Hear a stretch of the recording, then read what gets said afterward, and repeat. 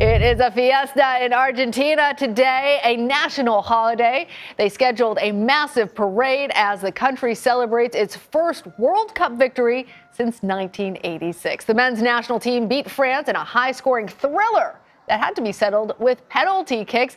Joining me now to discuss the World Cup and other sports headlines is CBS News special correspondent James Brown. JB, you know, is also the host of the NFL Today and Inside the NFL, which streams on Paramount Plus. JB, such a good day to be talking to you. Thrilled to be talking with you about anything, and it sounds like you know a whole lot more than I do, so let's go.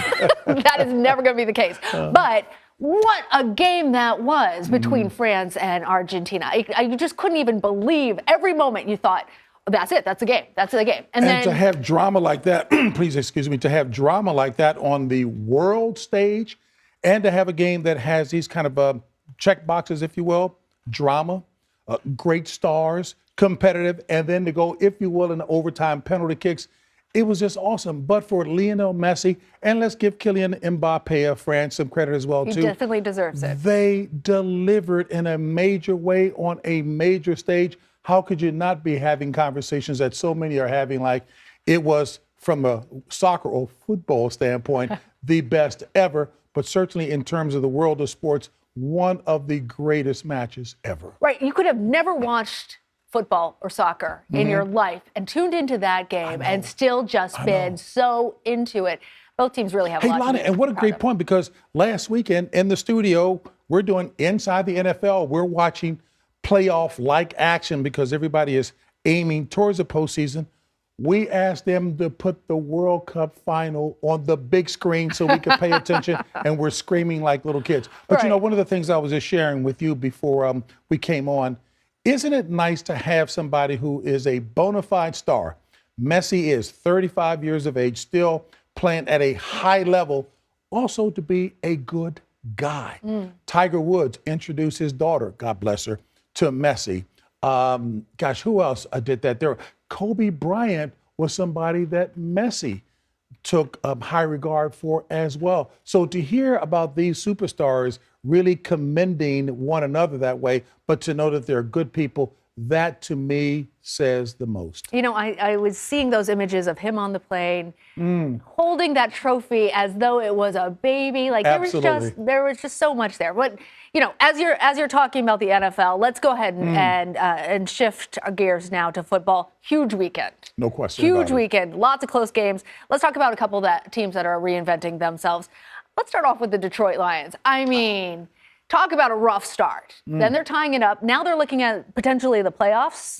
What's going on? And to quantify what you're saying, thank you so much for the setup. You're awesome. Talk about a rough start. Detroit was 1-6. Right. They've been 6-1 since then, and they are very much in the running for a postseason. At this point of the year, everything is geared toward the postseason. Who's going to make the playoffs?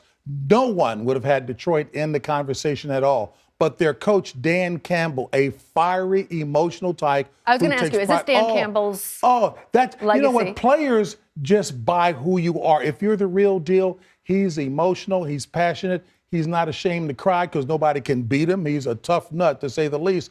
But he's got the team playing. And Lana, he was probably 1 second away from being fired, to use the expression, because the leadership didn't think that he was heading in the right direction. I mean, 1-6. Please. Well, but you know what? If it sends the message, certain things take time. They're trying to change a culture of losing in Detroit. It doesn't happen overnight. These owners are successful business people. They understand that it doesn't happen overnight. And thank goodness they were patient with Dan Campbell, because they're getting it done. Nobody wants to meet Detroit because they play a physical brand of football reflecting their coach. Well, let's talk about the AFC. Jacksonville Jaguars. You know, a lot of times the Jaguars are a joke. Yes, they are. But they are really playing above expectations. What can you tell us about what's happening there? One, they've got the right coach in place. Doug Peterson won a Super Bowl with the Philadelphia Eagles. He knows what he's doing. He's a good guy. Sadly, the previous coach didn't quite get that and wasn't the right kind of leader for these men, and Doug Peterson is. And now Trevor Lawrence, the #1 draft pick, is playing like he's got a future that's going to be very bright, which is what people were forecasting would be the case. He's got them believing that they can win anytime they're on the field. And once you have that kind of confidence, there's no stopping you. So Jacksonville is very much in the running as well. If they win out, they will be in the postseason. I love that. I love that point. It doesn't matter as long as you feel it inside. Absolutely. You can achieve. All right. Believability. You know, we can't let you go, JB, Okay. without talking about the Minnesota Vikings. Oh, talking what a about a game. comeback. Yes. All right. Kirk Cousins, what do you predict for his future? What's ahead for the Vikings? First of all, one of the biggest, not much talked about sides to that story is that with the new coaching staff and the new GM, they are showing the players they believe in them. Kirk Cousins is very much a man of faith, and that wasn't embraced by the previous coaching staff. This coaching staff is letting him be who he is. And he's got to overcome, in the minds of many, not being able to get it done in the big games.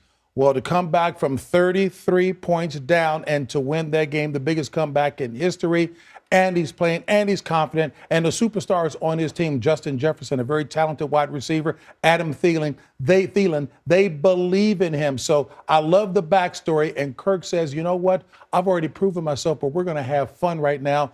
Don't be surprised. They've already clinched the division title, so they're looking for more in the postseason. You know, JB, you're good. Can we travel together? I'll travel with you anytime. Okay. You know, as we were talking about themes right now in sports, I feel Chloe's famous words, theme, JB. Yeah. I feel like the theme is faith.